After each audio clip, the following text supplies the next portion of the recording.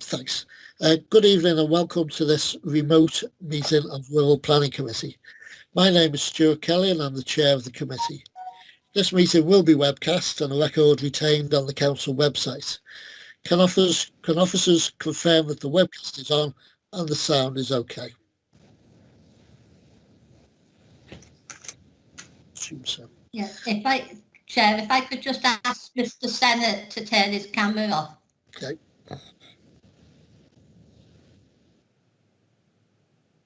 Thank you. For those people at home who are viewing the webcast, if you look above the meeting, you will see a resources tab. Select this and a link to the agenda will appear on the right-hand side. This will then enable you to open the agenda reports as PDF documents and follow the discussion. My role is to ensure that the committee runs smoothly, having regards to procedure, behaviour and ethics. To explain who are with us online: planning officers, a highway engineer and an environmental health officer. They will present the applications and provide any technical advice that may be required. The council solicitor. She will give advice to the committee on procedural and legal matters that may arise. There is also the minute taker and of course IT support. The elected members will consider the applications and collectively make the decisions. Voting will be by roll call. Each application will be introduced by the planning officers. Where there is a qualifying petition of 25 signatures or more, I'll invite a representative of the petitioners to address the committee for 5 minutes. I will then invite the applicant or their agent to address the committee for 5 minutes. Statutory and local consultees may also address the committee. A ward councillor can also address the committee. Once representations have been made and following any questions of clarification from the committee, the speaker may not participate in any debate that follows within the committee. The application will then be open to debate and discussion by members of the planning committee, and we will then make a decision on the application.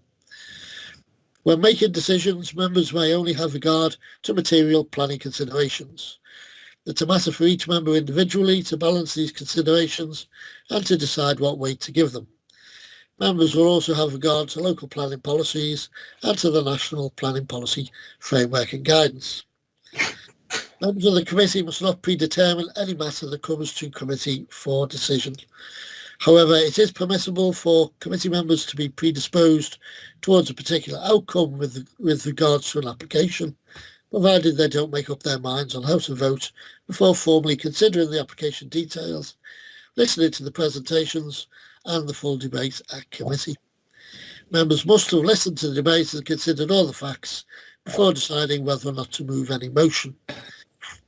If a member is minded to put a motion to the committee, it is good practice to first seek advice from the planning officer on the wording of a potential motion. The order of tonight's agenda will be varied. A reminder for members: keep your microphone muted and your camera off until called to speak. Ensure that the chat function is accessible to you. Indicate that you want to speak by typing your request into the chat function. Turn on your camera and microphone prior to speaking.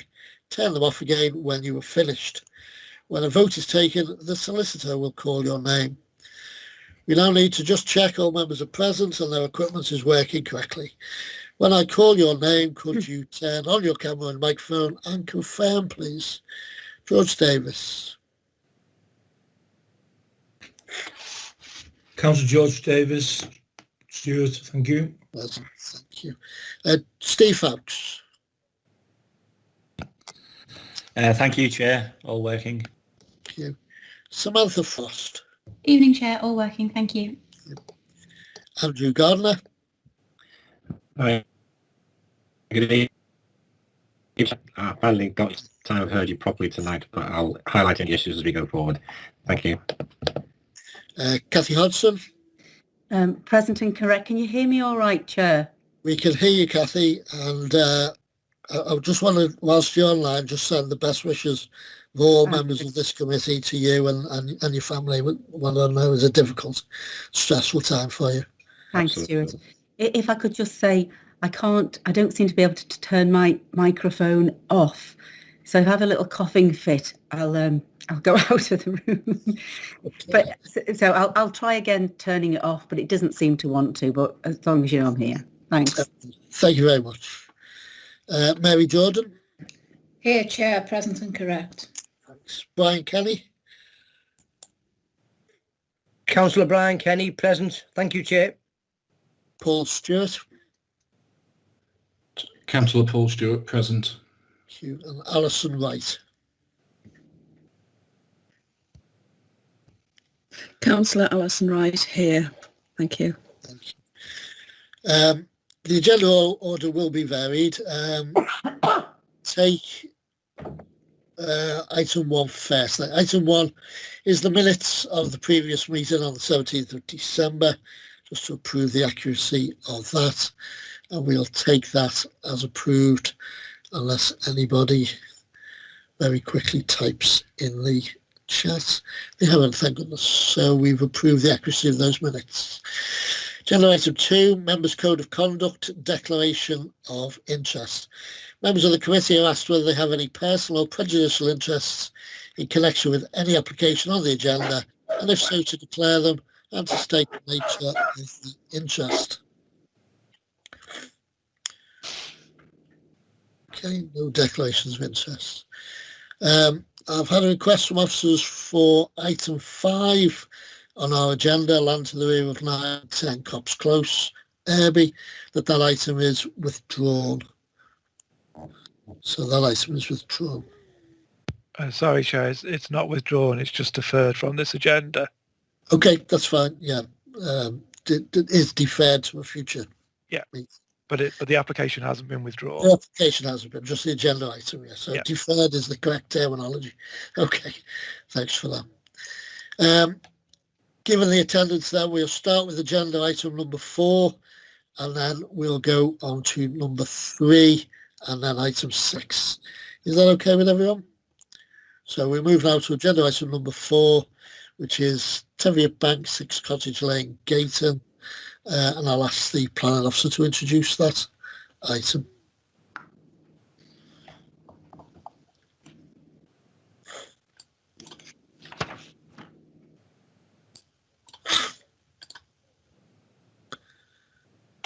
Okay, we can see your screen now.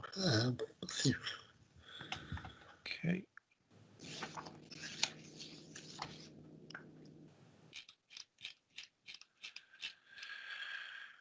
Okay, thank you, through you, Chair.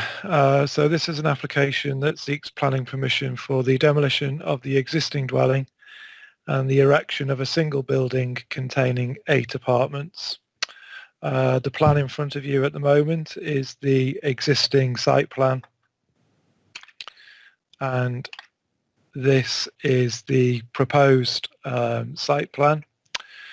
So the new apartments would be contained within a single 2.5-storey building that will sit towards the front of the site, towards Cottage Lane, more or less in the same location as the existing 2-storey dwelling. The proposal has been designed to appear as a large single dwelling and has been reduced in terms of its scale, bulk and overall height, and a reduction in the number of apartments proposed from 9 to 8. There is a mix of house types in the locality, with Cottage Lane characterised by 2-storey dwellings and Long Meadow largely by bungalows. Heswall Golf Club and a large associated car park are located immediately opposite the site to the south. Access to the site would be from Long Meadow, with car parking to the rear of the site. The site is located within the primarily residential area, where new housing development is acceptable in principle.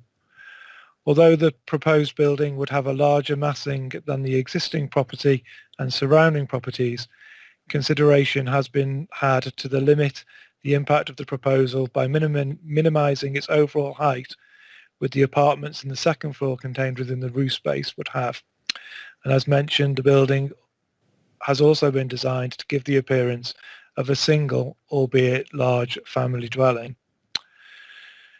So the proposal, in terms of its separation distances in relation to neighbouring properties on Long Meadow, they're all met. They're in excess of the 21, 22 metres. that we would normally seek to ensure. And in relation to the property immediately adjacent to the east, that's this property here, there are no primary habitable room windows on the side elevation facing the development. Although the new development would project further forward of the rear elevation of that property, an assessment has been made which shows the proposal complies with the 45-degree rule from the centre of those windows on the rear of that neighbouring property. Furthermore, there are a number of habitable room windows in the side elevation of the existing property that currently face towards the neighbouring house. As there would be no windows other than a stairwell that is conditioned to be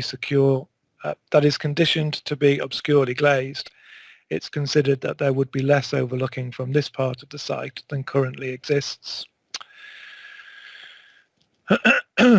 There's parking, as I said, access from Long Meadow, and there's an element of undercroft parking.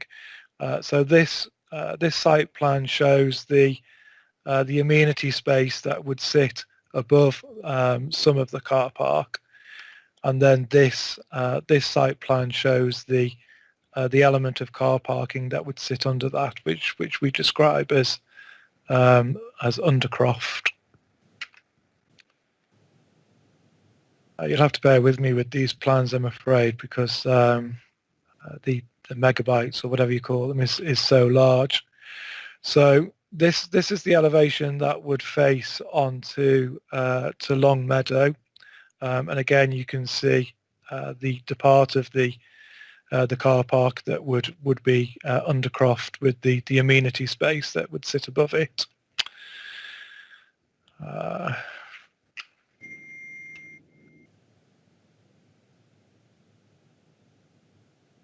think it's because these plans are so large. Sorry, you'll have to bear with me.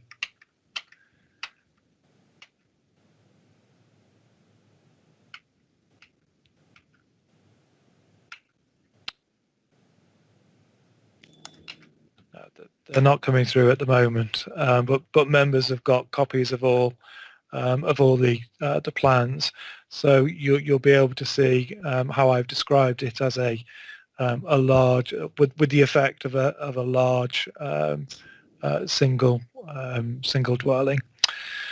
So the proposal makes effective use of the site and would not impact on the character of the area or amenities of neighbouring properties to such a degree as to sustain a refusal of planning permission that could be robustly defended at appeal. The application is recommended for approval, and there is a qualifying petition of objection in connection with this application. Okay. Yes, we are sent before the meetings the plans. I've got mine up, which has various views of the of this development. Okay, so we have a qualifying petition. I understand that Mr. Sinnott, you're representing the petitioners. If you could turn on your microphone. Excellent. Can you hear me? I can hear you. Okay, you have 5 minutes to address us. Right. I'll let you know when you have about a minute left. Right. And following that, there may be questions of clarification from members. Right. My name's Mark Sennett. I'm a planning consultant. I'm acting for Mr. and Mrs. Lambert. They live in Amarind, which is located immediately to the north of the site, and your officers has paid reference to the impact of the proposal on that particular property. My clients have two areas of concern.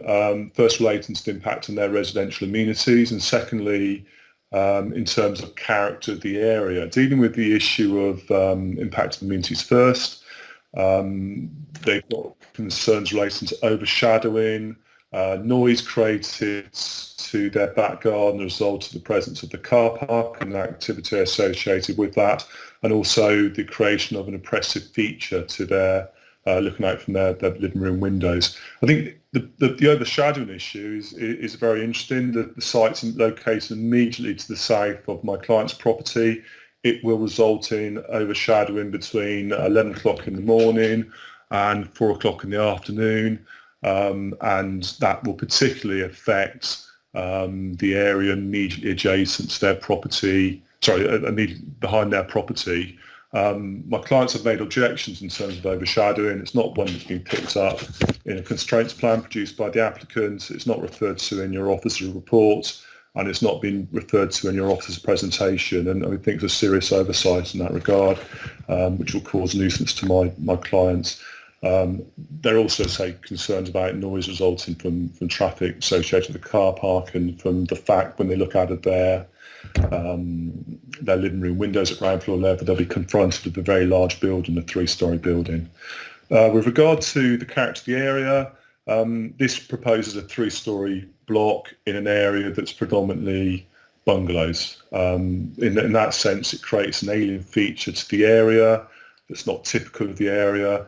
Your officer's report refers to the fact that there may well be other large buildings in the locality. However, I've not come across any that are particularly 3-storey in height, and that includes the clubhouse in the conservation area opposite the road, and any such large buildings are non-domestic in scale, and this will result in a very large building that will dominate the area.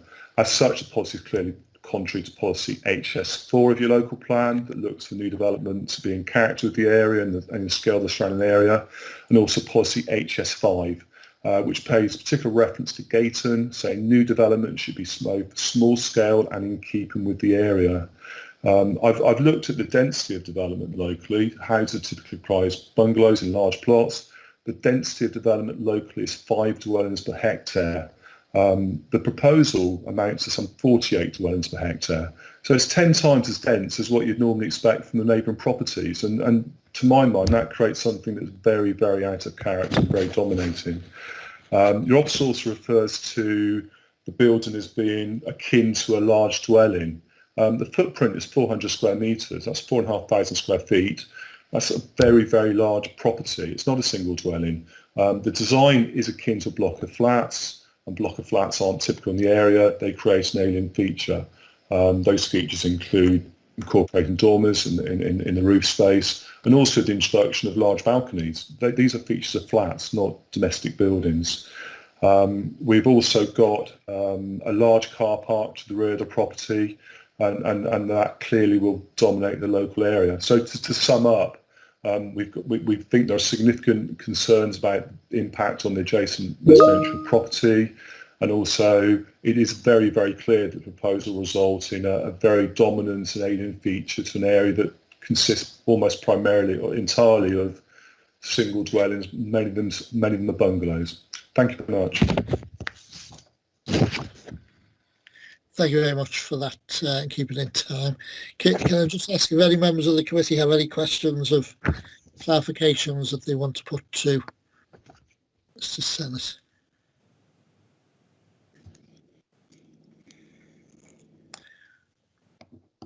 No. Okay, Mr. Sennett, thank you very much. Thank you. Was that somebody popping in? No. Okay. So, Andrew, were you?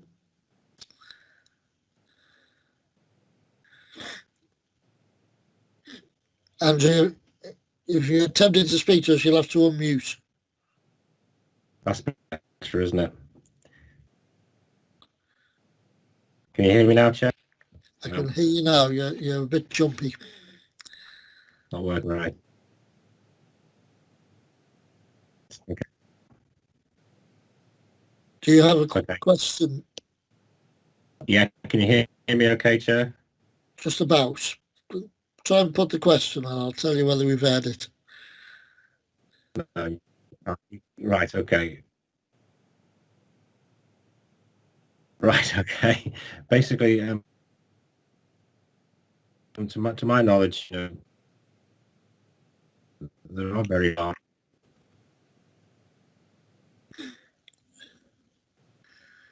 Okay, we haven't really got. Is that better? Okay. Okay, we can hear you now. Try again. Can you hear me? I can hear you. Try again.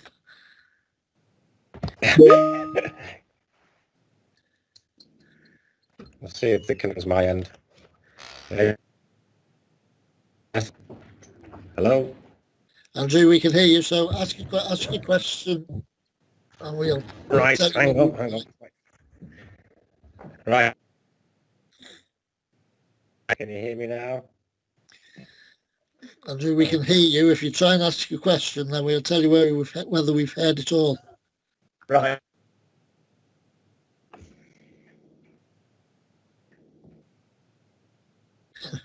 Right, that'll be a no then. Andrew, can you type the question into the chat?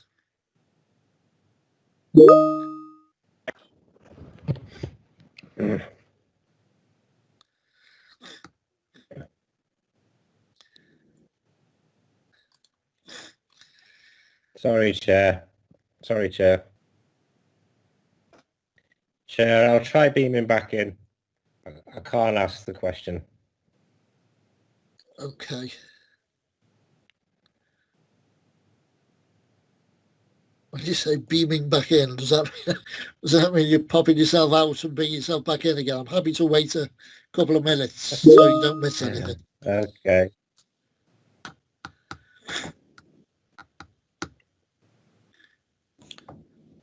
Okay. Andrew's obviously got some connection issues, so we'll just... Has he left, Victoria?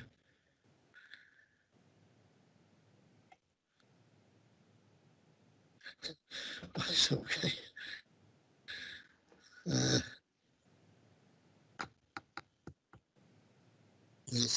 We'll just give him a minute to come in so he doesn't miss it.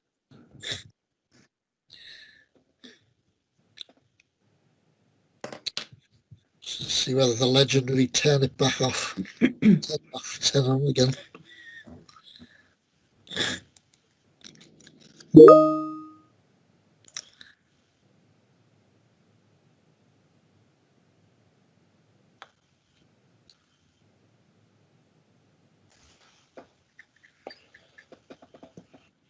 That seems better on my end, Chair. Is that okay? We can certainly hear you. Possibly let's not risk seeing you. Oh no, we see. Okay, so you have a question for Mr. Sinners, is that right? Yes. But basically, it raised very reasonable questions about the size of the property, but I think there is properties in Lower Heswall that size. I'm right in thinking, but my main question is the property not screened by trees currently, and much of that screening will remain? Okay, Mr. Sinners, you're under no obligation to answer the question or give a view on it. It sounded more like a statement to me, but there's a suggested screen. I mean, I think the primary, one of the concerns raised was overshadowing, and you've got a 3-storey building next to the property, and it will overshadow the rear garden area. That's I don't know if that sort of relates to the point that the councillor's made, but I'm sure that the overshadowing will be a lot more dominant as a result of the proposal, no matter what vegetation's there. And as I say, the point's not been addressed at all by your officer at any point during this process, as far as I'm aware. Yeah, well, and I think there will probably be questions to the planning officers once we've had everyone's presentation. So I'm sure a member will want to pick up those issues. Right. Any other questions for the objectors then? No, Mr. Sinners, thank you very much again. Thank you. For the presentation, for answering that. I'll now invite the applicant's agents. I think is Mr. Lambert, the architect. Mr. Lambert, you too have 5 minutes to address us, and I'll give you an indication when you have 1 minute to go. I would like to take this opportunity to address the objections that have been raised and the proposals for Teviot Bank. It is firstly important to appreciate the property is not the prettiest. It is now vacant and requires a huge amount of work to bring it back into use. We would like to advise that the current owners of the house, whom we are in agreement with, have been very stringent about what they would be willing to accept on the site, with the emphasis being on a high quality design to suit the unique site location and their legacy. Whilst we appreciate the comments relating to the relatively contemporary style of the property, this is not an ultra-contemporary property that we designed elsewhere. We feel this design to be more a modern twist on a traditional style of property.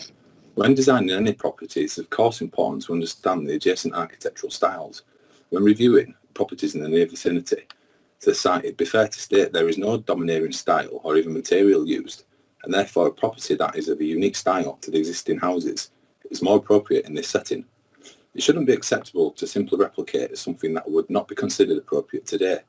With the demand for housing, allowing a large single-family home to be replaced by multiple smaller dwellings creates housing opportunities for all generations. The existing property is not attractive, and we believe this quality build will become a positive landmark. It is based on award-winning design elsewhere. We have worked really hard to create an inspirational, modern design of a quality we believe is not yet seen in Heswall or Gayton. The intention to provide quality accommodation that is flooded with natural light that makes the most of the incredible views and a strong emphasis on well-being. All the existing natural landscape to be retained around the perimeter of the site minimises any direct impact. Regarding the scale and size of the property, we have listened intently to all the comments from neighbours and local people received via the planners, and I've stepped down the building approximately 30% to the rear, so that its appearance is more akin to a large house with an outrigger. This also reflects the relative height differences between Cottage Lane and Long Meadow, as well as the significantly reducing the impact on the neighbouring residences on all elevations. The development trades in the consented bungalow, so only a net gain of 6 residences for the site, all of which are more appropriate in size than 2-family residences. The size of the apartments far exceeds any minimum standards, as does this proposed specification. Working closely with the existing owners, these dwellings have been designed with love and care. We intend to create a product that is highly in demand. Along with keen interest from the existing owners to occupy one of the proposed residences, we have been approached by a number of local residents with a view to them taking opportunity to downsize and stay local, should this application be successful. There have been concerns over traffic and access. The proposals have been reviewed by Highways, whose job it is to assess this from a professional perspective. We do, however, believe proposals we have put forward create a fair balance for owners and visitors. The rear access to Long Meadow keeps the vehicular access in a safer location where the traffic is relatively light and speeds are low. We would be happy to reinstate road markings and pay for slow-down signs in Cottage Lane approaching the narrow part should this be of any benefit. We will be providing as much green amenity space for the possible residents, covering number of car parking spaces with a green deck to reduce the impact of the parking while increasing the garden space. The trees and the privacy they create is as important to the future residents as it is the neighbours. When considering the impact of the proposals on the neighbouring property and Marind, it is key to appreciate the actual site parameters. The property has been designed to respect their current vegetation between the two sites that prevents any view between the two sites. It is proposed this vegetation would be retained, and therefore is very little difference to the existing outlook to that of the proposals. It's also key to note the light into that rear garden is completely obstructed by this current vegetation. There have been various technical objections received that are non-factual. Any site of this development now is subject to current building regulations and legislation. Therefore, any concerns towards surface water drainage or infrastructure should be dismissed, as these will meet current standards. In summary, we have listened, reflected and adapted our building to reflect the community comments received, whilst being able to accommodate what we believe to be stylish modern living. In many respects, we have designed this accommodation around the idea that people living in the immediate vicinity may want to downsize, yet stay near friends, neighbours, the golf club, still having room for visitors without the upkeep of a large family home. We believe, if allowed, this building will be regarded as a benchmark for future design in the area. We genuinely want the community who have had comments to feel their views were respected, and this has resulted in a much better proposition. Mr. Lambert, thank you very much for nearly keeping within the 5 minutes. I'll just ask if any members of the committee have any questions of clarification that they wish to ask. I'll just kick off just with one question. I'll ask you, and if you don't know, I'll ask the plan officer. The existing vegetation that you refer to is the hedge that runs alongside the garden area with the neighbour. What height is that hedge? It is approximately about 5 metres. Okay. Okay, any further questions from members of the committee? Yeah, I got my hand up. Well, we don't do hands up. We do write it in the, I can't see hands up. Sorry, Chair. Stuart's just alluded to one of the questions I wanted to ask about the overshadowing that was mentioned by the neighbours representative at 11 a.m. and 4 p.m. You said that the hedge is 5 metres high. The property, I understand, is 2.5 storey, not 3. Could you confirm that? That's correct. And also, how, in relation to noise from the car park, how much of the car parking is above ground and how much is below ground? And how high is the building in terms of, in relation to the hedge height next door, please? Thank you. Yep. Is that directed at me? Sorry. Yes.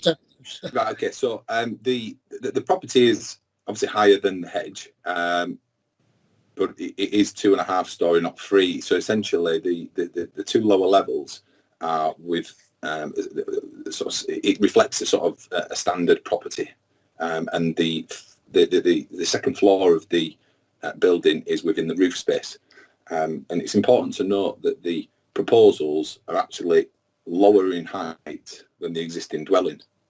So we've actually reduced the height of what's on site. Okay. Sorry, car parking. I missed that. Car parking. So it's approximately 50% of the car parking. It's all on the same level, but what happens is it goes into the site has levels essentially that we're working with. So essentially, you drive in at the same level, but because of the way that the property is positioned on the site, we're able to create this deck that allows the garden space to flow over the top of half of the car park. Okay. Chair, if I could just ask one more question. Yeah, sure. If you drive down Cottage Lane and you go into Long Meadow, I mean, it is quite almost Americanised open plan. If you're driving back out of Long Meadow and you come up to the junction of Cottage Lane, if you can't, the land level is quite high in Long Meadow, so you have to, if you're driving, and obviously if you're walking as well, you have to actually look up at the side because, and there's a lot of vegetation, so you can't actually see Teviot Bank, the actual house itself, really, from Cottage Lane if you're parallel with that with the site. And so what I was going to ask was, with the vegetation that's there, I know some is going to be taken away, but there will be some retained. The vegetation that will be retained, how much of a view from Long Meadow would you have of the structure, or would it be sort of screened behind the screening to a large extent, so that if you were walking along or in your car, that without looking up, it wouldn't be obtrusive to the eye? So if that's directed at myself, yeah. Essentially the height of the existing property, as I say, is higher than the proposals, and in that side of the site, it is actually we're not really repositioned it any closer. So whatever you see now, you wouldn't really see any more of the proposals from that junction. The vegetation, it's intended to keep as much of it as we possibly can around that perimeter. We're not intending on removing any of it. One of the tasks that I was asked by the planners was to produce street scene elevations, which in fact made me realise that it's very hard to even see the existing dwelling or the proposals purely down to the amount of vegetation that there is around the perimeter of the site. Yeah. Okay. No further questions have been alerted to me. Mr. Lambert, thank you very much for your presentation. Thank you. So just picking up on that then, Matthew, there was this issue, I'll take the planner's view on the issue of overshadowing and how we've determined that, and whether you could confirm that the hedge is at least 5 metres high. Mr. Lambert, if you could turn off your microphone and camera, that'll be great. Thank you. Matthew, overshadowing. Is there a ward councillor speaking on this first? Sorry, I thought Les Rowlands was going to speak. No, he's rubbish. Les, are you speaking on this one? Is this yours? Yes, I am. I do apologise. It's a good job. Mr. Parry Davis is keeping an eye on it. Okay, Stuart. We live in really weird times at the moment. Let's not. Councillor Rowlands, then, the ward councillor, you may address us. Thank you. Can I first of all say that I'm speaking on 85% of the people that live in the area that signed the petition, because it wasn't a small petition. It was 85% of all the people that live in these roads and around the areas. It's quite a large petition with their objections. Okay, thank you very much for the opportunity to express my opinion to this application, which has caused so much concern to the local population. Describing the location of the proposed development and why it is so unsuitable for a high density development. I will then highlight how the design, scale and mass of the proposed apartment block will be so detrimental to this area. An area having such special character that Gayton guidelines were introduced as part of the UPD policy HS5 to protect it from inappropriate development. Teviot Bank is located in Cottage Lane and an ancient highway, which in earlier times led to the ferry across the Dee to Flint. It has changed very little in character since it is a narrow country lane with bends and is sunken in many parts. There are no pavements and are poor street lighting in the stretches between the application site and the junction at the top of Gayton Road.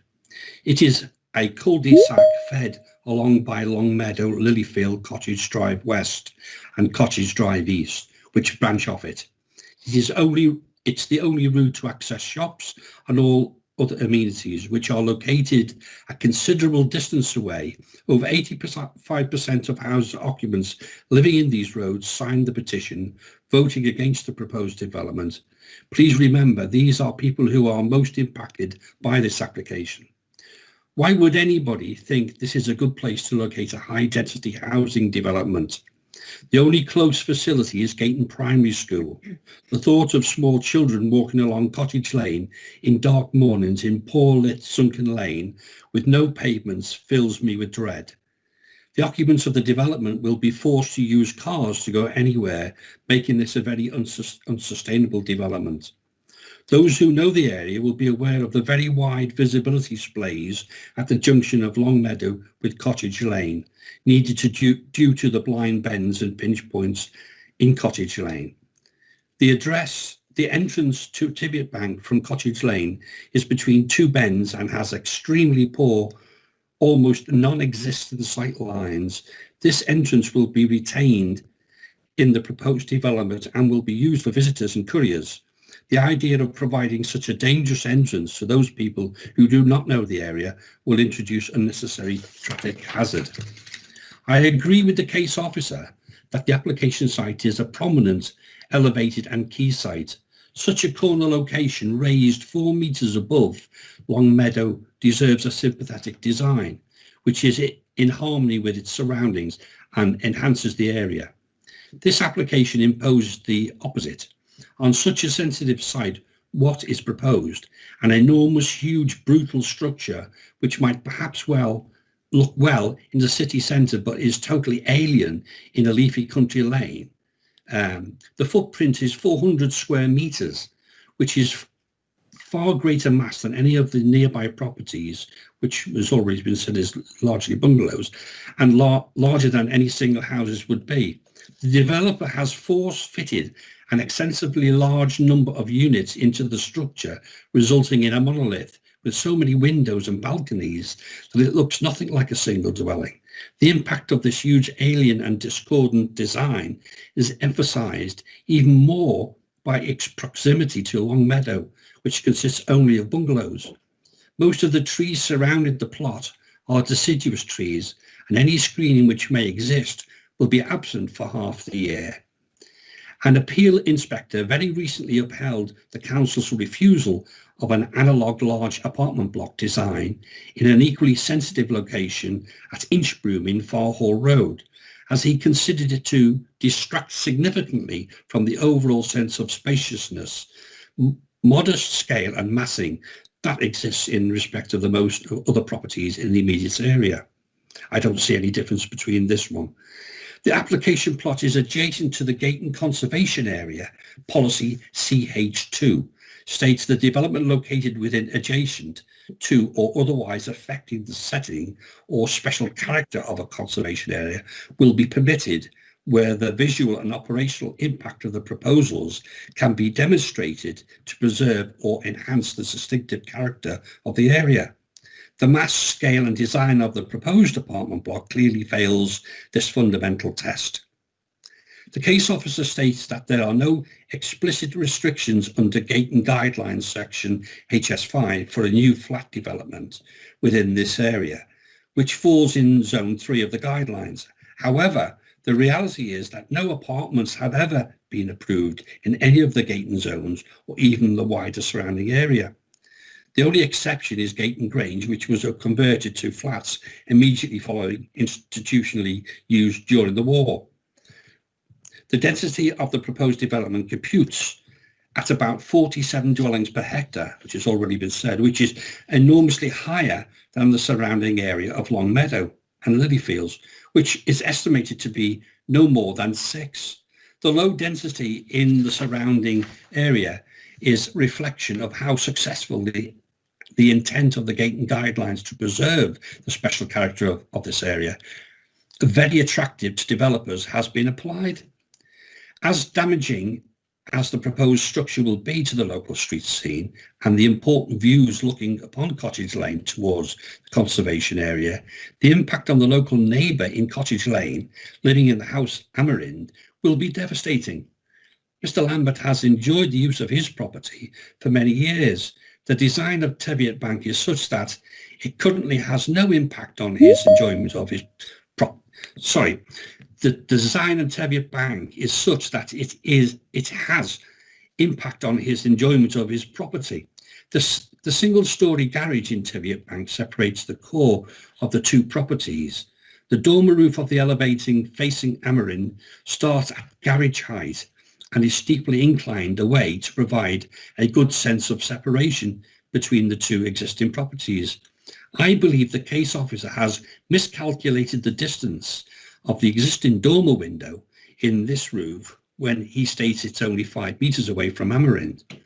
My examination of the plans show this current separation distance to be at least 8 metres.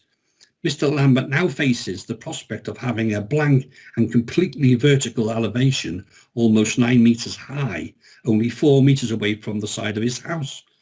He has submitted professional assessments of the overshadowing and loss of light. This has not been acknowledged in the case officer's report.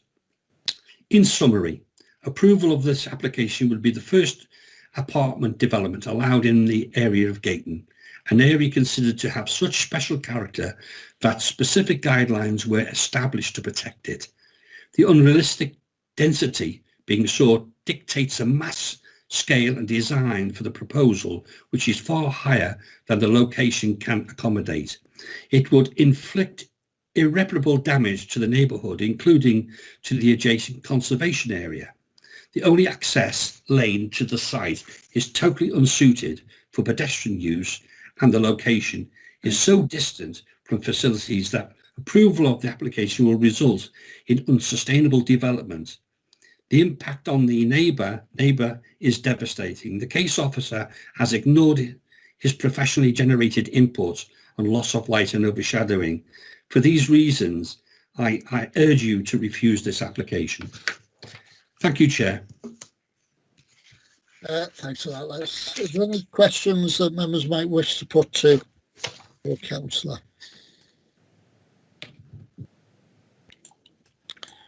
No? Okay. Thank you very much for addressing us there.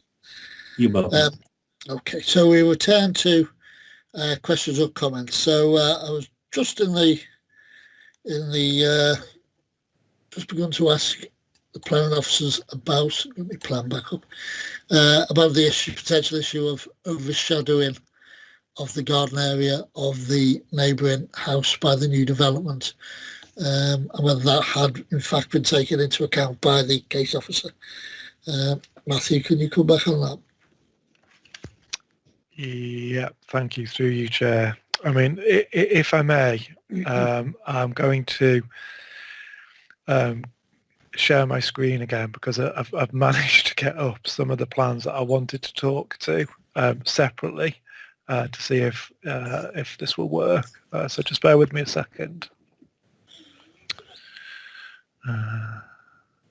Screen 2.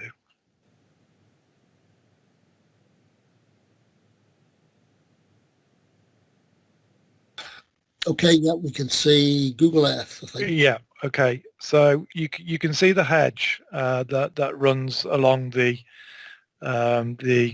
boundary between the two properties, and you can see from this this photo on Google Earth the shadowing. So I've looked at the plans, and the plans indicate that the hedge is 3 meters high, not 5 meters.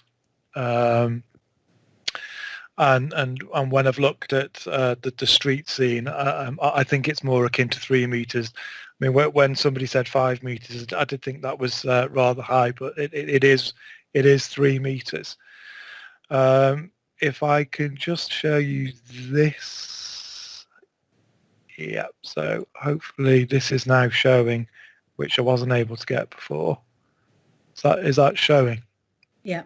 Yeah. Okay. So the drawing, I'm not going to put my mouse on that drawing right at the bottom, because it'll bring up that grey box again, which will go over it. But members have got a copy of this.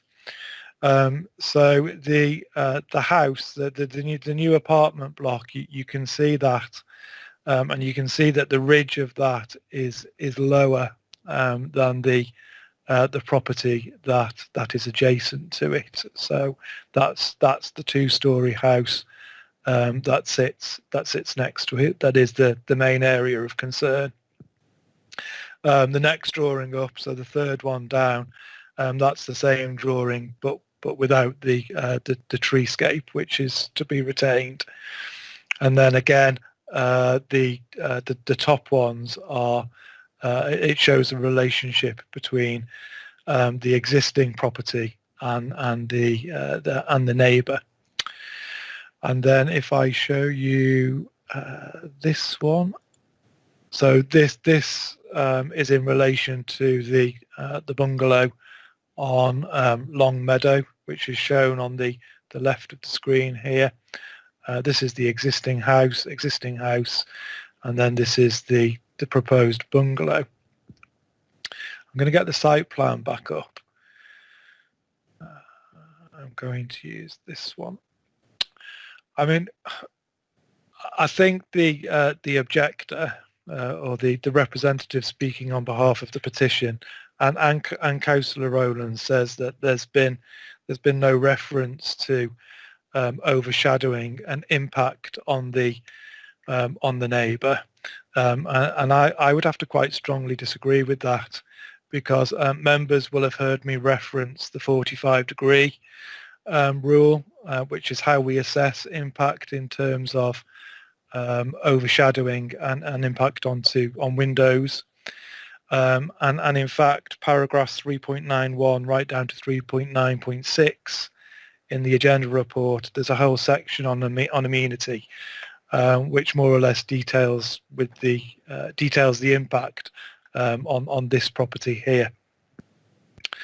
So if I could just make some general observations. When I talk about the 45-degree rule, what happens there is we take the centre point of any window on this rear elevation, and we measure 45 degrees away from that centre point in relation to anything that is shown on the adjacent site. There are windows on the rear elevation of this property, and when we've taken an assessment of the 45 degree from the centre of those windows, the nearest points of the new dwelling, of the new apartment block, sorry, misses the 45 degrees. So we're quite comfortable. We're quite satisfied that the impact in terms of overshadowing would not be such as to be harmful. And I'm just going to bring, where have I got them? I think, yeah. So this is an artist's impression of the front of the apartment block that fronts onto Cottage Lane. And I know the petitioners have referred to it as a 3-storey. We're comfortable with the description as 2.5-storey. The second floor is contained entirely in the roofscape. This is another that shows front elevation onto Cottage Lane and the side elevation onto Long Meadow. And again, this is the rear elevation, which drops down at the back. So when I made reference in my presentation at the beginning, just get the site plan back up. The rear part of the site has been dropped so that it's lower than the front. So that overall we're satisfied that the overall scale, the bulk, and that the height of the building has been reduced to such an extent that we're happy that it wouldn't have any significant impact that would warrant a refusal of planning permission, that we feel that we could robustly defend at any appeal. So hopefully that's picked up on the issues of overshadowing and any loss of privacy. Yeah, that's clear to me. Any other comments or questions then from members?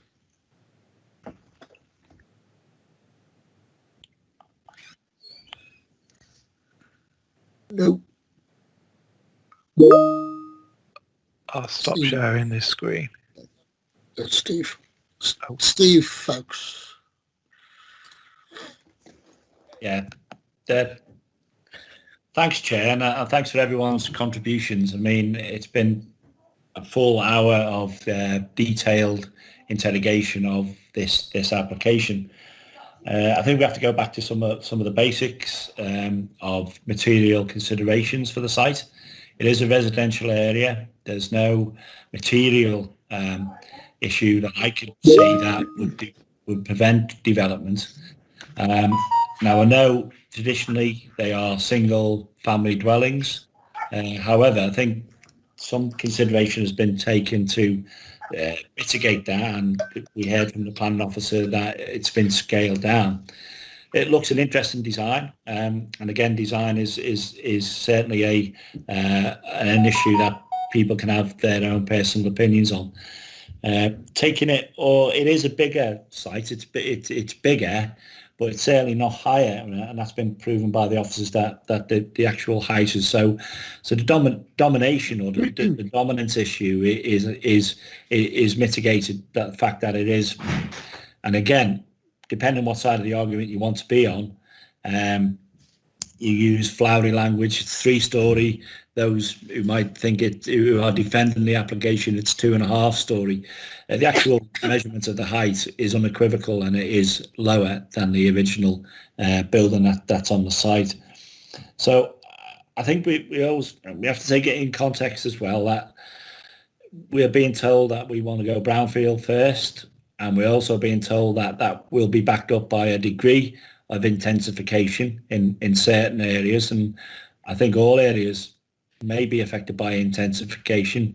This doesn't seem to be over the top in terms of the numbers. If you think of a large family house, or people are allowed to house share, you could have 8 or 9 adults in a house with vehicles. So the impact is not to a degree that I think we could absolutely prove one of the basic principles of planning, which is demonstrable harm. So my view is that it would be difficult to come up with reasons for refusal, and I haven't heard anyone move any reasons for refusal. So they're my views at the moment, but I remain open-minded until we actually come to a proposal or a vote. Thank you, Chair.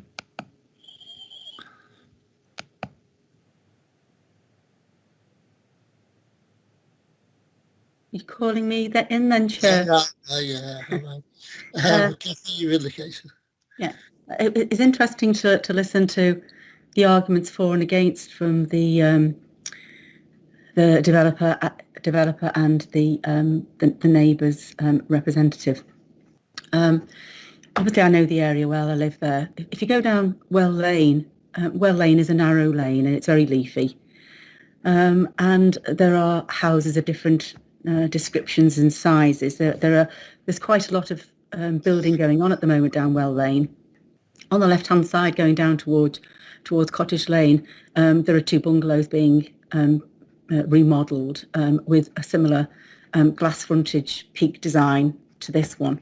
And on the opposite side, on the right-hand side, going down Cottage Lane, there's a very big house being built with a separate 3-car garage with accommodation above. And both the designs on either side of the road are very different from each other. Cottage Lane and the roads that go off are quite sparsely populated. Long Meadow does have a more sort of American open plan feel to it. I have to say that when the developer was talking about it, the design feature and looking at the pictures that Matthew put up on the screen in terms of Google Earth and the size of the plot, and the fact that some of the car parking is underground and there's greenery above it, and the size in the different land levels between Cottage Lane and Long Meadow. If it's 2.5 stories, which a lot of houses these days, and a lot of the flats actually in Heswall, going out of towards on Telegraph Road out towards West Kirby, and others that have gone up tend to be 2.5 story, which I feel in Heswall, in this area, is probably the maximum that I think would be realistic, given the location of other properties in the area and the size of those. I do think that if it's well screened and landscaped, it may very well be, if it's built, that those people that object and object quite rightly to what they perceive to be, something that is very different and alien. And there aren't many blocks of flats in Heswall, and certainly we don't want Heswall to be overrun by them, and there to be an over dominance of flats in the area. But I think it has to be said to some extent that with an ageing population, there will be people in Heswall who want to sell a big house, don't want the garden, don't want the upkeep of 5 or 6 bedrooms, and want to move into other accommodation that is not necessarily available. Certainly when people get older, they may want to move into a bungalow, and there aren't a lot of bungalows that come on the market for people to buy. And so whilst I do appreciate that there will be and always will be objections in some ways to flat developments or apartments, I prefer that term, if they're well designed and screened and are, when I say in keeping with the streets, and I think it's very difficult to say what's in keeping these days because there are so many variations in design everywhere. But I'm not sure, as Steve has alluded to, that there are adequate reasons to refuse the application. Other flat developments that I've seen in Heswall, we have refused some and we have passed some. And those that we have passed, I have looked back on and thought that it was a reasonable decision to make. I think the fact that the property at the back, that the new build, is lower, and certainly from the house that's the nearest one on Long Meadow at the back of the development, will probably not be particularly affected if there's lots of screening. And opposite Teviot Bank, there is the Heswall Golf Club, which is set back. It's an old style building and it's a lovely building, and I personally prefer old style to modern, but that's my personal opinion. And so, good design and different design isn't always everybody's cup of tea. I think on balance, whilst I've listened to what the applicant and the objectors have said, I don't feel in this particular instance that there is sufficient grounds to refuse the application and it not be upheld or be upheld at appeal.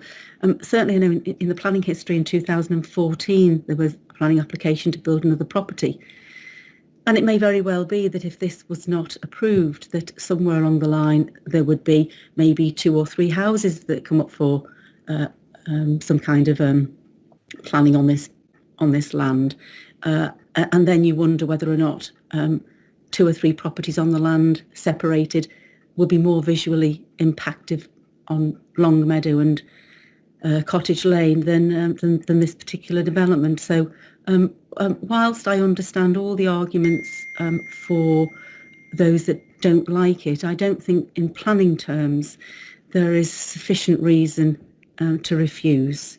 That's my opinion, Chair. Thanks for that, Cathy. Samantha Frost indicated.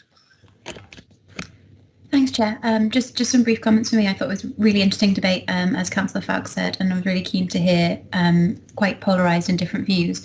From my perspective, it seems sensitively designed and an appropriate level of intensification for Wirral and for the local area's needs. And I think Councillor Hodson made the point that it I think provides a level of diversity of housing for different life stages in the area. So interesting debate from my perspective, and keen to see the rest of the conversation, but I can't see any reason to refusal at this stage. Thanks, Chair. Thanks, Sam. Yeah, I think we have heard the concerns about overshadowing, and that's and we've heard the policy context of assessing whether overshadowing would be harmful in terms of the 45-degree rule, which is referenced in the report. There's the existing hedge, 3 metres. Google Earth shows indeed the shadow falling into the neighbouring house. I'm say 2.5 stories high to the front, and I'm happy to say obviously it falls, it's lower to the back. Design is always a subjective issue. I'm not persuaded that the design is awful. I think it is an interesting design in an area where there is no one single run of design. Traffic issues were mentioned, I think, by Councillor Rowlands. There's obviously going to be a fair amount of traffic associated with the golf club. It's obviously going to be a road where there's a number of traffic movements. I'm not persuaded that traffic movements associated with this would be harmful or excessive. And given the landscaping is for the most part to be kept, you'll see some glimpses of an interesting building. I personally think, in terms of the car parking, most of the car parking to the rear will be under this undercroft idea with the amenity space to the top. So again, I'm not persuaded that noise would be sufficiently harmful towards refusing the application. I'm just going to Brian. Yes, Brian, you have a comment? Yeah, thank you, Chair. I've read all the documentation and listened very carefully to what everybody has said tonight. As I understand it, the original proposal that would have been before us has been amended, which I think would improve the application. Reduction in the scale and the bulk of the rear part of the property. There's a reduction in the overall height. The application is in a residential area. And I think, as Councillor Foulkes has said, we are being told constantly, I think quite rightly, not to build in greenbelt land, which this is not. So listening to all the arguments, I can't see any sound planning reasons at all why this application should not be accepted by the committee tonight. So on that basis, Chair, I'm certainly minded to support the recommendation to approve. Thank you, Chair. Thanks, Brian. Andrew, let's risk Andrew and get on. Yeah, thanks, Chair. Can you hear me okay this time? Yes, I can hear you. Hopefully it's a bit better. Yeah, I mean, obviously I missed quite a significant portion of Councillor Rowland's words to the committee. So I don't know what I've missed, so I'm not feeling particularly confident to vote on this in a fair manner, because I did miss a good few minutes of Les's talks there. So my question just to Law is, do I get to vote? Do I abstain, or do I just not stay quiet, exclude me? Normally you just indicate that you're not voting for technical reasons. I was just going to say that Chair, that Councillor Kelly will give his usual guidance to members, but it would be not voting on technical reasons. Okay, that's the new words. Good, thank you. Okay. That having been said, then I've made my comments. I don't feel there is sufficient harm. That sufficient harm would be caused by the development warrants refusal. So I will move approval of this application. Do I have a seconder from the floor for that? I'm happy to second, Chair. Thanks, Brian. There being no other indications that people wish to say anything further, I'll move us to vote. So voting will be for, against, or abstaining on the motion to approve. The solicitor will call your name. Please turn on your camera and microphone and say who you are before voting. Members should only cast a vote if they've heard the planning officer's presentation and the debate in relation to this matter in full and have not had any technical difficulties during this item. In the event that you have had problems hearing the discussion, you should not vote and indicate not voting when called. I'll hand over to the solicitor to do the vote. Thank you, Chair. If I can call first on Councillor George Davis. Councillor George Davis, 4. Thank you. Councillor Foulkes. Councillor Steve Foulkes voting for. Thank you. Councillor Frost. Councillor Samantha Frost voting for. Thank you. Councillor Gardner. Councillor Andrew Gardner not voting for technical reasons. Thank you. Councillor Hodson. Councillor Catherine Hodson voting for. Thank you. Councillor Jordan. Councillor Mary Jordan voting for. Thank you. Councillor Kelly. Stuart Kelly voting for. Thank you. Councillor Kenny. Councillor Brian Kenny voting for. Thank you. Councillor Stuart. Councillor Paul Stuart voting for. And Councillor Wright. Councillor Wright voting for. Thank you. That's 9-4 with 1 not voting, Chair, so that's carried. Okay, that's 9 votes in favour. That application has been approved. Thank you everybody for their contribution. We now move on then to agenda item number 3, Willowbank, 33 Oldfield Road, Heswall, and I'll ask the planning officers to introduce their report.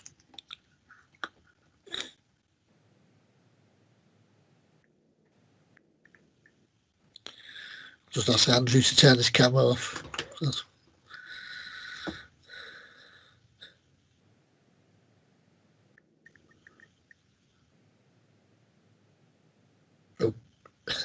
Okay, we've got your drawing on the screen.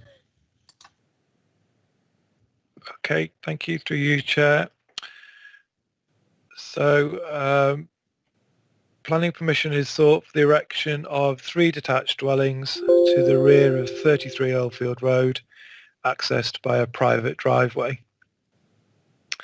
The site forms the rear garden to number 33. You can see number 33 here at the top of the screen, and a tennis court and ancillary buildings presently on this part of the site will be removed. So this is the tennis court and the ancillary buildings. The site sits predominantly within the primarily residential area, where the construction of new housing is permitted. A small part of the site is also located within the Heswall Dales SSSI, although no built development would take place on this part of the site. So this part of the site sits within the SSSI. The site slopes significantly to the rear, with the new houses sitting much lower than the host property and its neighbours fronting Oldfield Road. All separation distances are achieved both within the site and in relation to its neighbours. Private gardens are proposed for the 3 new dwellings, and a good-sized rear garden is still retained for number 33. The new houses would not impact on the adjacent SSSI to such an extent as to warrant a refusal of planning permission. The development will still read against a backdrop of existing housing and will still be filtered by trees and vegetation. A detailed landscaping scheme to further soften any impact of the development is also secured by condition. Natural England and the Council's own ecological advisors at MEAS are satisfied that appropriate plans can be put in place to secure habitat restoration as part of the development, which will improve the quality of the habitat in this part of the SSSI, which has become degraded and damaged over time. Conditions are in place to protect existing trees on the site, which are to be retained, and the Council's tree officer is satisfied that the development will not impact on those trees. Additional new tree planting will also form part of the landscaping proposals.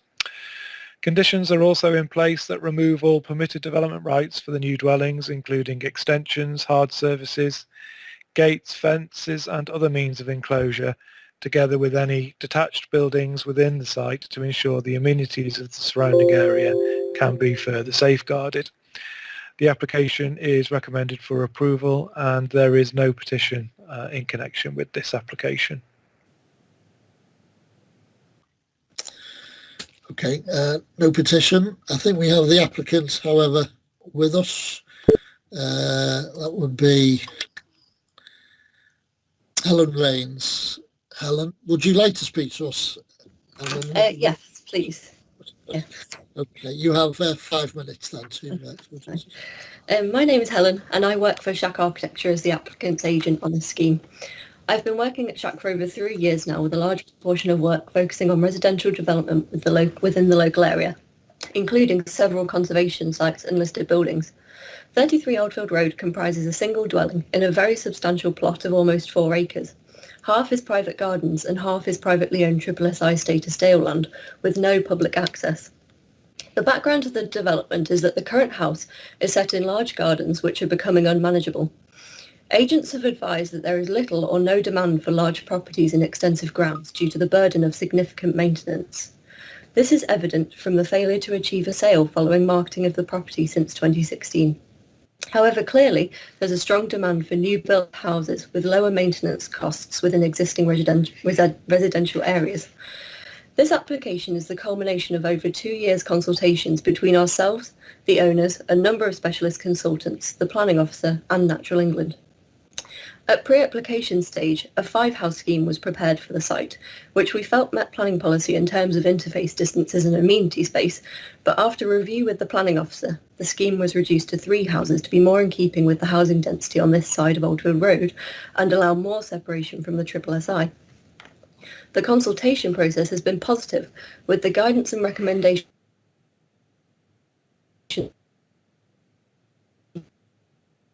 Natural England required a clarification of the boundary between the garden and the SSSI Dales land and an improvement in the interface area. As a consequence, the development is sympathetic to the concerns of Natural England, with the gardens being designed by the landscape specialist Stuart to reflect the SSSI features and visually transition into the Dales land, with all boundaries being permanently marked. Stuart and his team have extensive experience with sensitive sites, and this was extremely valuable when it came to preparing the land management report and garden designs. This is a significant improvement to the current position and is vastly superior to the SSSI boundary interfaces of neighbouring properties and previous developments. It also comes with a management and supervision agreement. Through developing the site and working closely with Natural England and Stuart Ryder, more land is being restored to SSI and the adjoining gardens more sympathetically designed. The objections to the development have focused on the impact of the Dales, including visual impact. Natural England have fully analysed the impact of the development in their statutory role as custodians of the Dales, and their concerns have been addressed and recommendations adopted. They do not object to the application. The planning officer has prepared a series of conditions that will serve to protect the Dales, taking into account all objections and concerns received, including those of Wirral Wildlife. The planning officer supports the application. Documentation included with the application includes photographs taken from the public footpath in the Dales, augmented with the latest CGI software to show the houses in their proposed setting. This demonstrates the visual impact of the houses is minimal from the public access areas. Firstly, they are more than 300 feet away. Secondly, they are separated by acres of fenced private land. And thirdly, the topography with the existing tree base substantially obscures them. It should also be noted that the houses are now at least 10 metres further back following the scheme revisions to further separate the houses from the SSI, resulting in an even lower visual impact on the Dales. In fact, these new houses will be largely unseen by all but the immediate neighbours, neither of whom have raised objections. It is also noted that the current owners are intending to downsize and live in one of the new houses, and the entire design of the development reflects this personal interest. It includes the retention of their current ownership of 2 acres of SSI status Dale land, so that their protection of it will continue. The applicants have lived at this house for over 21 years and have been continually involved with the necessary SSI conservation work. They have been committed to working with us in developing a scheme that can preserve and prevent harm to the SSI, and they have support from Natural England as a result.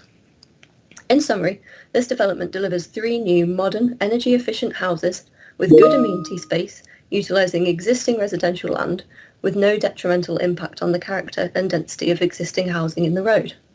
By setting the new dwellings down into the landscape, their visual impact on the Dales is minimal, and the existing dwelling is able to retain its panoramic views and primacy within the Oldfield Road setting. It is for these reasons, along with those set out in the report, that we ask the committee members to support this application. Thank you for the opportunity to present our application. Thanks for that presentation. Can I ask if any members of the committee have any questions of clarification for the applicants at this point?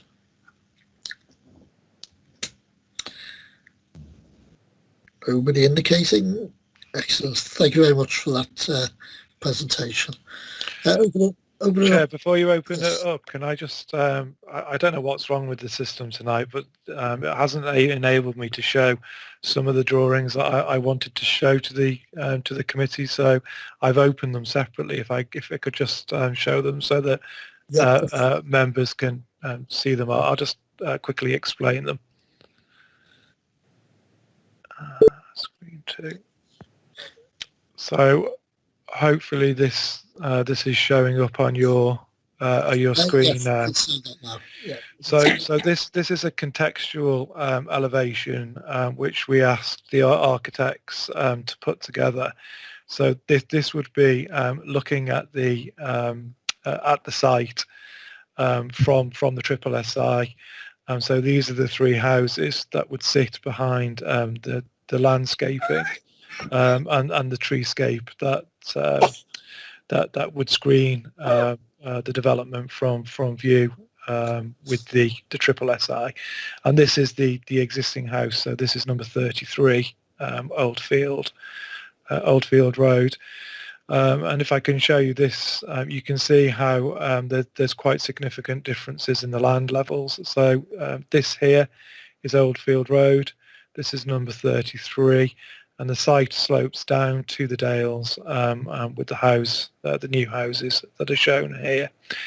And then finally on the site layout, this is the access into the site off Oldfield Drive. You can see there's a considerable rear garden that's left for the host property, with rear gardens to the new properties.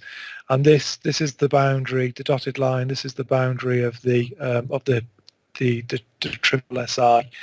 So you can see from that plan there will be no built development in that part of the site. And I think, as I set out in my presentation, it's also set out on the agenda papers, and the agent has made reference to them as well. There's quite a number of detailed conditions which seek to not only protect that part of the site from development, but also to enhance this part of the SSI, which, as I say, has become damaged and degraded over time. So hopefully, now that members have been able to see those drawings, that they can appreciate how the site will be laid out. Okay, yep, thanks for that. There's no petition. I think this was brought out of delegation by the ward council, but I think Les has said that he's happy not to address it. Kathy. Thanks, Chair. Yeah, it does look a decent proposed site. I mean, I used to walk my little dog before he died along the Dales every day, and I used to live sort of at the back of them. And on the opposite side of Dale Farm, where there's a public walkway, you can see houses through the railings of Dale Gardens.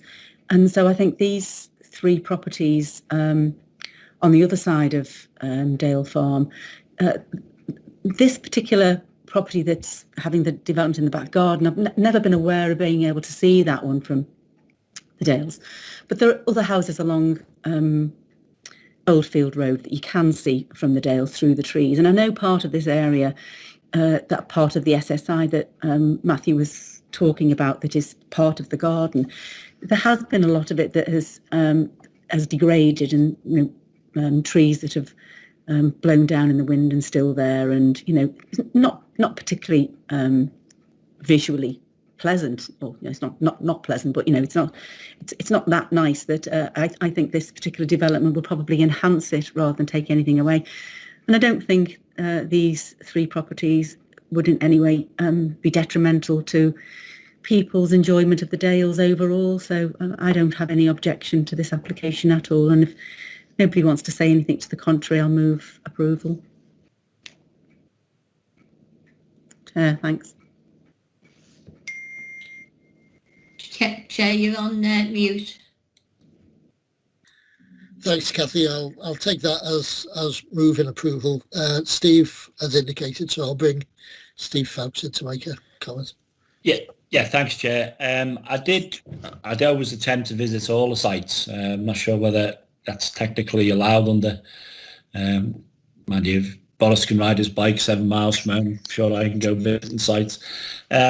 So I did go up the site. The only sort of thing that mildly alarmed me, especially if my sat-nav was right, that there's some building activity taking place at the moment. There was shutters and borders up and some excavation taking place. I just wonder whether members or local ward members were aware of that.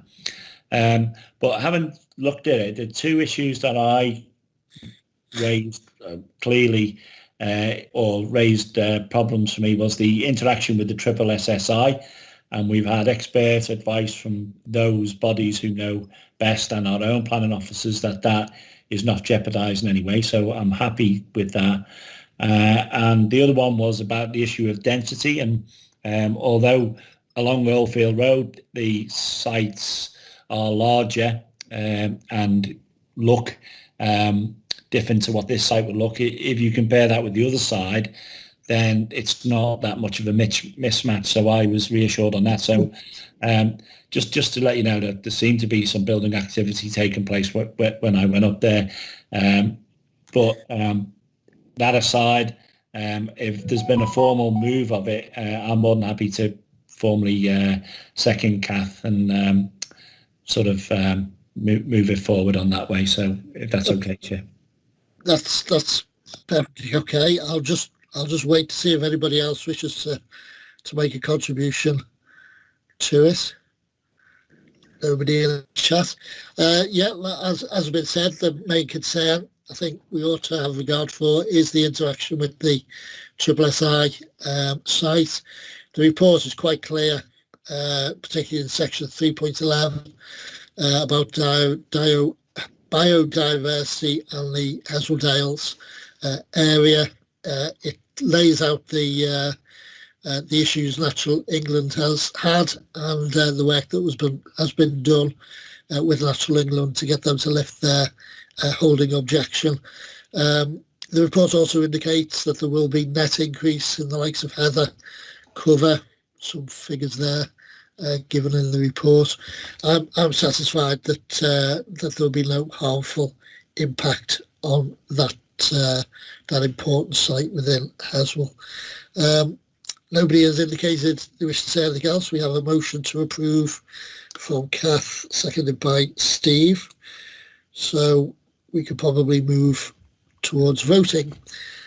So voting will be for, against or abstaining on the motion to approve. The solicitor will call your name. Please turn on your camera and microphone and say who you are before voting. Members should only cast a vote if they've heard the planning officer's presentation and the debate in relation to this matter in full and have not had any technical difficulties during this item. In the event that you have had problems hearing the discussion, you should not vote and indicate not voting when called. Over to the solicitor. Thank you, Chair. If I can call on Councillor Davies. Councillor George Davies, for. Thank you. Councillor Foulkes. Councillor Steve Foulkes voting for. Thank you. Councillor Frost. Councillor Sam Frost voting for. Thank you. Councillor Gardner. Councillor Andrew Gardner voting for. Thank you. Councillor Hodson. Councillor Catherine Hodson voting for. Thank you. Councillor Jordan. Councillor Mary Jordan voting for. Thank you. Councillor Kelly. Stuart Kelly voting for. Councillor Kenny. Councillor Brian Kenny voting for. Thank you. Councillor Stuart. Councillor Paul Stewart voting for. And Councillor Wright. Councillor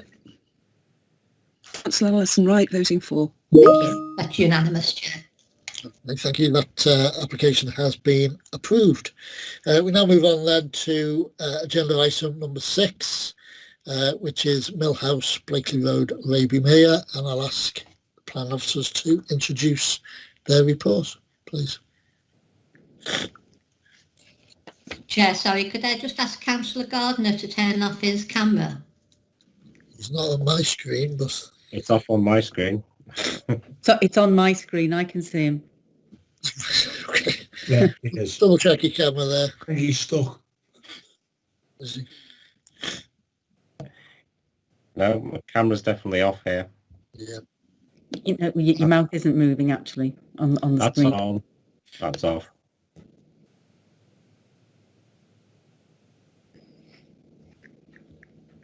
Okay. I'm sure when Matthew shares his screen, it'll probably knock him out.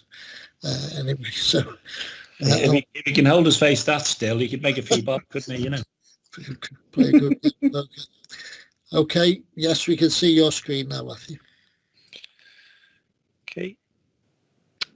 Okay, thank you to you, Chair. So planning permission is sought for the replacement of existing close-boarded timber fencing with new wall-mounted cast iron railings, which would have a combined height of 1.8 metres, together with cast and wrought iron decorative entrance gates to the Blakely Road entrance.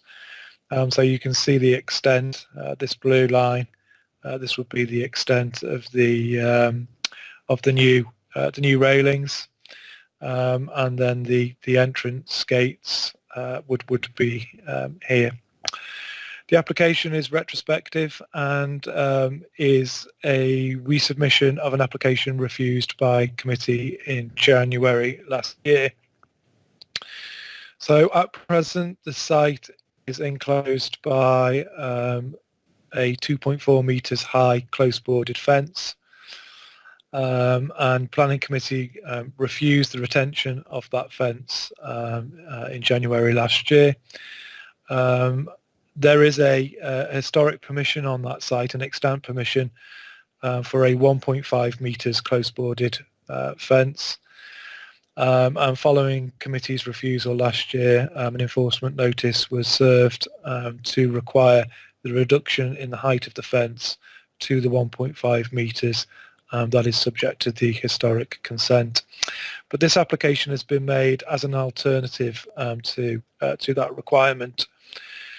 So, as I say, the fence will be removed and will be replaced by railings and entrance gates, and these are considered to be quite a significant improvement on the timber fencing that's there at present, even the reduced 1.5 metres. The proposals would not harm the setting of the adjacent listed building. Mill House is listed, and the council's conservation officer is of the view that they would in fact represent a positive contribution to both the setting of the listed building and the wider area when compared to the timber fencing that's in place. The proposals are all contained within the private boundaries of the site and do not encroach onto the adopted highway, and Highways have confirmed that there are no highway safety concerns arising from this application. The proposed development is considered to be an acceptable alternative to the timber fencing currently in place. It's not considered to harm the character of the area or the setting of the Grade 2 listed building and is therefore recommended for approval. There's no petition of objection in connection with this application. Let's have a look if I can just turn this round.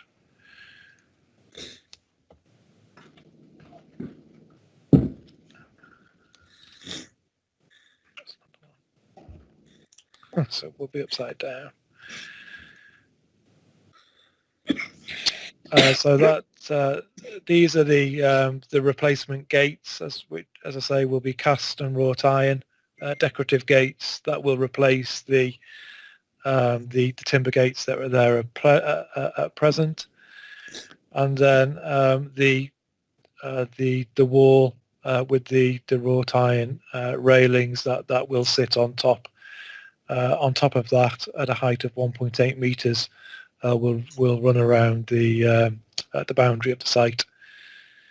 As I say, Chair, there's no petition in connection with this application. Okay, but it was taken our delegation by Ward Councillor, and do we have Sherry Pogle? Yes, I'm here. Sherry, yes, you may. Right, thank you, Chair. It's more or less 12 months to the day since we met here to determine the fence around Mill House in Raby Mere for retrospective planning permission. The planning committee, of which many of you were members, determined that the hideous eyesore of a fence should be reduced to 1.5 metres. Needless to say, with Wirral Council's woefully inadequate enforcement department, a fact that this applicant has successfully managed to exploit, the fence remained in exactly the same position. The law would appear to apply only to other people. We now have another application, this time for railings, which on the surface would appear to be better. However, the height is still of major concern. To approach the lake from Poulton Hall Road, you are travelling up a steep incline. If you are turning right beside the lake, going to the business, which is the stables, which accommodates numerous horses, you have to negotiate a dangerous corner which is completely blind. Whether you're in a car or on a horse, the size of the fence completely obstructs the view of oncoming traffic down Blakely Road. This manoeuvre has been made extremely dangerous in the recent icy weather that we've just experienced. It is only by the grace of God that there has not been a serious accident either with a horse or with a car, and I fail to see why the Highways Department has completely ignored this man-made hazard, despite it being brought to their attention by numerous people. The residents who actually live in Raby Mere have to negotiate this dangerous bend daily. The new application does not take away this danger. With a bit more consideration from the applicant by reducing the height of the railings, as opposed to the current illegal fence, might have been more acceptable to the residents of Raby Mere. What was once the premier beauty spot on Wirral has been blighted by the selfish actions of this person who has chosen to completely ignore the previous decision of this planning committee in January 2020 to reduce the overbearing size of the current fence. What assurance has the department received that we are not going to find ourselves in exactly the same position with these new railings at the proposed height of 1.8 metres. He clearly has not complied with previous enforcement order. Why would there be any confidence that he would comply with any future order? Thank you, Chair.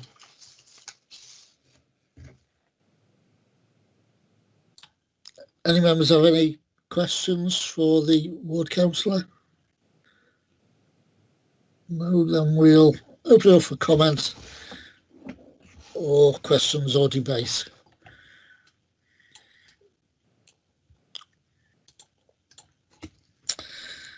No. Yeah, I recall this coming. Yeah, as was said, Steve Foulkes. Do you want to kick off? Sorry, before we before I make my contribution, we have to take every planning application on its individual merits. So despite as a committee member last time, I think I voted for approval of the previous application. That in no way shadows my judgment on this application. I think many of the comments made by the ward councillors refer to the applicant this, the applicant that. Again, the nature or the individual or the applicant is not a material consideration for the planning committee, so we can't make a judgment on the applicant and whether there's any bad blood in that area is highly well, we can't take that as a material planning consideration. So I would simply say that surely an open railed fence must be, given the nature of the major objections, better than a hard-boarded 1.8 metre fence. So that in terms of visibility must be better, surely. And secondly, in terms of appearance, surely a listed building surrounded by a sort of fence of some stature and wrought iron gates again would be something that we would find more acceptable. So I find it difficult, whatever's gone on in the past is really not what the planning committee should be considering. It's what puts before it now, and my view is that it seems acceptable given people's desire to protect the property at the same time fit in with the local. So my view is that it's a reasonable application in its own right. Excellent, Steve. I don't know, do we want to hear from the highways officers? It's been raised. The report indicates highways have no objections. I don't know whether you have anything you want to add to that, Carl, if it is Carl here. There it is. Yeah, good evening, Chair. Through you, Chair. So the development itself, it's bounded by Pulton Hall Road and Blakely Road, both of which are narrow without any footways and subject to a 30 miles per hour speed limit.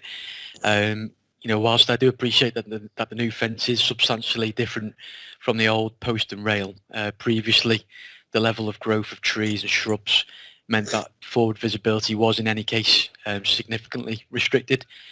So overall, I don't see any significant difference to the forward visibility for the vast majority of vehicles that are using the road. Analysis of the long-term road safety history here over the last 10 years shows that this location has a comparatively good road safety record with 2 minor injury collisions reported by the police in over a decade, and those incidents involved vehicles losing control on a slippery road surface.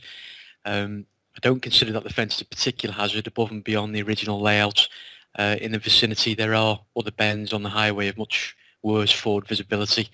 There are other sections along Blakely Road and Pulton Hall Road with similar settings, and some of which are national speed limit, but the environment and road layout reduces the speed to well below this. Thank you, Chair. Thanks, Carl. It seems to me that we have a choice between a 1.5 metre closed board fence, which was the previous application which Matthew referred to, and the railings one, which gives presumably better visibility to oncoming and indeed to the foliage behind the fence. Right, so who have we got to follow, Steve? Mary Jordan, just to comment. Yes, thank you, Chair. On the face of it, yes, the gates and railings would be an improvement on a fence which was not only an eyesore but in my view, very dangerous, despite what the highways officer said. And I drive that route regularly, and particularly at night. However nice they might look, they'd be very nice in front of Graceland, and they'd also be very nice in front of a large detached house in an avenue of detached houses in somewhere like Heswall. But I think that in a narrow country lane in Raby Mere, when the adjoining properties have low fences and low hedges, I don't believe that this boundary treatment is in keeping with what's adjacent to it. It might be better if it was further set back from the road and giving people and cars some sort of confidence that if something comes round that bend, they've got somewhere to go. As it is at the moment, there's no pavement, there's nowhere to go other than crashing straight into that fence. And I do feel it represents a hazard, but I also feel that it's totally overbearing and ruins a beauty spot. Okay, thanks for that. I have Kathy next. Thanks, Chair. I too know the area well. I was brought up in Bromborough. I used to spend my school holidays walking down to Raby Mere, and on that site where the fencing is, it was all open, and often sat in cow pats accidentally and used to watch on those what the butler saw things. I've been down and had a look. I drove again today. The fencing obviously is an eyesore. It's awful, and I'm surprised anybody thought, you know, the putting up was reasonable. And having looked at the gates and the railings, I have to say that it is an improvement, albeit, as Mary has alluded to, if you go up Blakely Road, a lot of the houses there, some of them have little walls and railings, and the railings kind of go down in a U bend, which softens the look. So they're smaller in height, probably 1.5 meters or thereabouts. And whilst I think it's an improvement on the wooden fence, it's an awful long stretch of wall, and the railings are very close together. And I think even looking at the plans, sometimes you would wonder whether or not the railings might have been fewer of them or set further apart, so they didn't look quite so solid as they do on the plans. I'm not sure what I think about this one. On balance, looking at the application over the last week or so, you know, I thought railings and the wall look fine, but if you drive past and imagine not the fence but this, I do still think it would have a very overbearing and dominant view of the street scene. If it was, I mean, personally, I think if this railing and this wall at 1.8 metres was set further back into the land with shrubbery on the outside so that it's slightly obscured or at least not right on the road, I have to agree with Mary, looking at it, that even though it's a better design from the wood, and it's obviously going to be very expensive to do, because that's not cheap, I do wonder whether or not the applicant couldn't have looked at it being similar to the ones, the fence that's further up, almost the next property really, that's got a brick wall and some railings, but lower, and a U design, so it's not as tall. It would certainly look a lot softer, and you know, in my view, it would serve the purpose and address the sort of the street scene and the overbearing nature straight onto the road. Thanks, Chair. Thanks for that. And Andrew Gardner. Thank you, Chair. Yeah, I think I agree with Mary and Kathy there, knowing that area quite well. You know, 1.8 metres is still 1.8 metres, and agreeing with Councillor Foulkes, you know, you take every application on its own merits. But, you know, a year ago, a 1.8 metre fence was rejected, and this is a 1.8 metre fence. But if I could ask Carl, is it not the case with railings that at certain angles they look like one piece of fencing, so that they look solid from as you drive up and drive past, and from perhaps from a pedestrian point of view? You know, pedestrian could be hidden by railings in that line of sight. Thank you. Thank you, Councillor. Through you, Chair. As I said before, I think the proposals that have been put before us now would actually be even more of an improvement on what they've on what the applicant has installed now, because previously, as I said, there were there was a number of vegetation and foliage, which meant that the forward visibility was restricted in any case. So I don't consider that this would have any sort of material impact overall. Okay, thanks for that. Alison, Wright.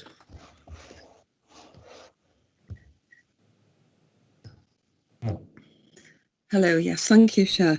Yes, just to echo some of the things that others have said, given the height of the proposed boundary of 1.8 metres and the material, could look very solid, this particular structure, and very angular and solid, and could be quite dominant and overbearing. And I feel it could then be detrimental to the visual amenity and wouldn't be appropriate in terms of the character of the surrounding landscape, being close to, the mere and in that particular setting. Thank you. Thanks for that. No one else has indicated they wish to speak. I mean, as I say, I think as I indicated, the choice now really before us is between a 1.5 metre high close board fence and railings.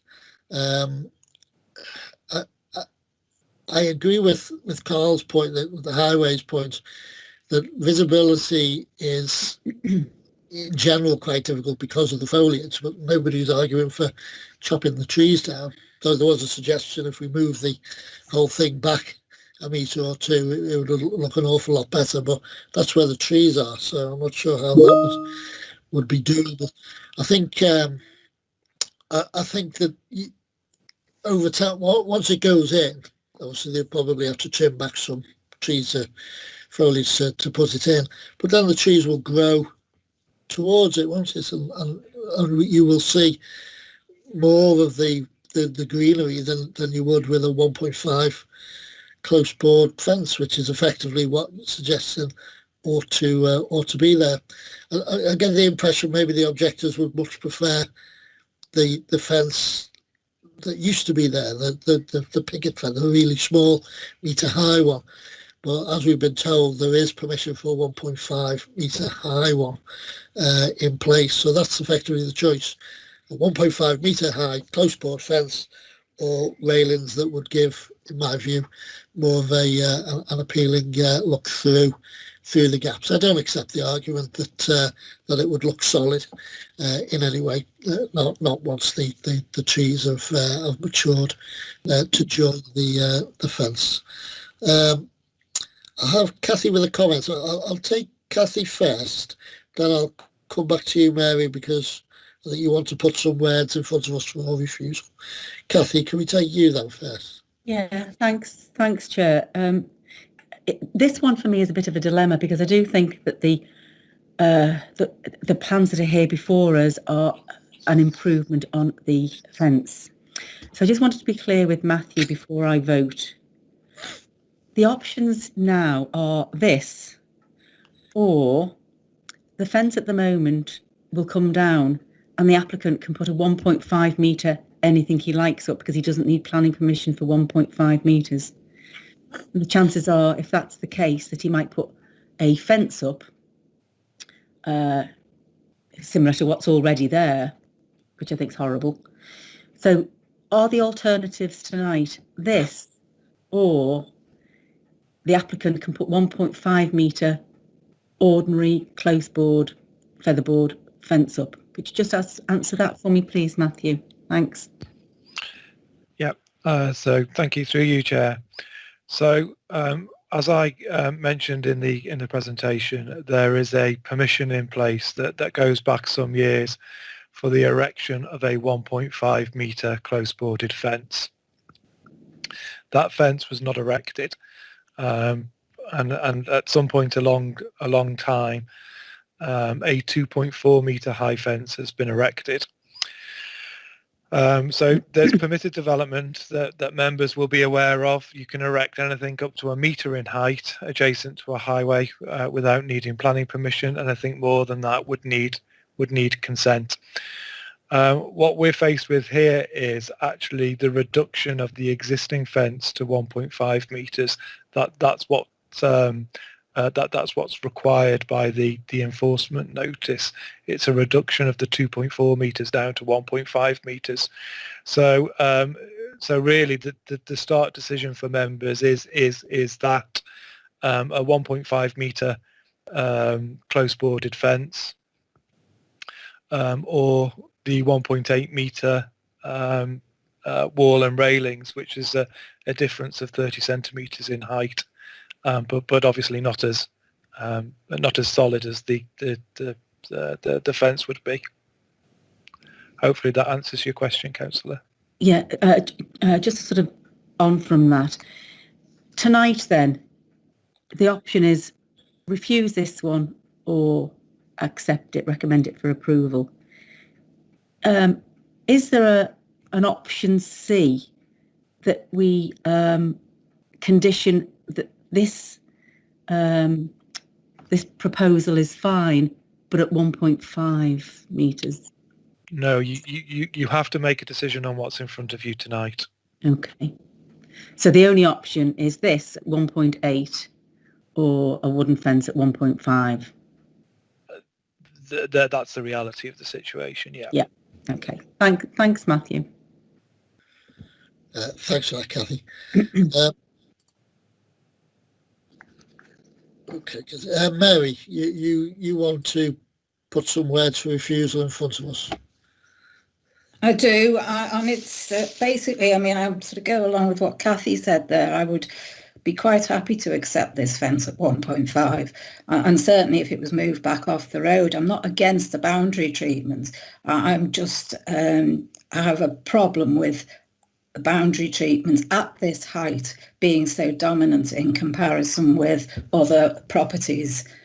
So I have taken advice on wording. I haven't just made this up off the back of an envelope. So basically, having regard to the site's location at the edge of the urban area and taking into account that the site is visible from the surrounding open countryside, and having regards to the visual impact of the proposal, it's considered that the proposed railings do not form appropriate boundary treatment in terms of the visual amenities of the area and the character of the surrounding landscape. The proposals therefore do not comply with policy LA7, criteria for development on the urban fringe of the adopted Wirral Unitary Development Plan. Is anybody prepared to second Mary in that? I'll second that, Chair. Thank you. I'll second it, Chair. Okay. Okay, so I think we've probably covered the issues there. Are we happy, I think, to vote on that reason for refusal and see where that gets us? So we vote on this then. Voting will be for, against or abstaining on a motion to refuse. The solicitor will call your name. Please turn on your camera and microphone and say who you are before voting. Members should only cast a vote if they have heard the planning officer presentation and the debate in relation to this matter in full and have not had any technical difficulties during this item. In the event that you have had problems hearing the discussion, you should not vote. You should not vote and indicate not voting when called. Thank you, Chair. So on the motion to refuse, can I ask Councillor George Davies? Sorry, Councillor Davies, you're on mute, George. I'm on mute. Sorry about that. I am against the refusal. Okay, thank you. Councillor Frost. Oh, sorry, Councillor Foulkes. Mute. I'm against the refusal. Thank you. Councillor Frost. Councillor Sam Frost voting against. Thank you. Councillor Gardner. Councillor Gardner voting for. Thank you. Councillor Hodson. Councillor Hodson voting for. Thank you. Councillor Jordan. Councillor Jordan voting for. Thank you. Councillor Kelly. That's Stuart Kelly voting against. Thank you. Councillor Kenny. Councillor Brian Kenny voting against. Thank you. Councillor Stuart. Councillor Paul Stewart voting against. Thank you. And Councillor Wright. Councillor Alison Wright voting for. Thank you. That's 4 votes for and 6 votes against, Chair, so that is, the motion is lost. That motion is lost. Okay, so to move us on, I will move approval. Have I got a seconder for approval? Second, Chair. Councillor Stewart. Okay, Councillor Paul Stewart seconds approval. Okay, so we'll prepare to vote. Voting will be for, against or abstaining on the motion to approve. The solicitor will call your name. Please turn on your camera and microphone and say who you are before voting. Members should only cast a vote if they've heard the planning officer's presentation and the debate in relation to this matter in full and have not had any technical difficulties during this item. In the event that you have had problems hearing the discussion, you should not vote and indicate not voting when called. Thank you, Chair. And Councillor George Davis. Councillor George Davis for. Thank you. Councillor Foulkes. Councillor Steve Foulkes for. Thank you. Councillor Frost. Councillor Sam Frost for. Thank you. Councillor Gardner. Councillor Andrew Gardner against. Thank you. Councillor Hodson. Councillor Catherine Hodson against. Thank you. Councillor Jordan. Councillor Mary Jordan against. Thank you. Councillor Kelly. Stuart Kelly for. Thank you. Councillor Kenny. Councillor Brian Kenny voting for. Thank you. Councillor Stewart. Councillor Paul Stewart voting for. And Councillor Wright. Councillor Alison Wright voting against. Thank you. That's 6 in favour and 4 against, so that's approved, Chair. Okay, that application has been approved. That brings us to the end of our agenda tonight. I can thank members, officers and everyone who made presentations, their attendance, and I'll declare the meeting closed. Thanks, Chair. Thank you, Chair. Thanks, everyone. Thank you, Chair. And just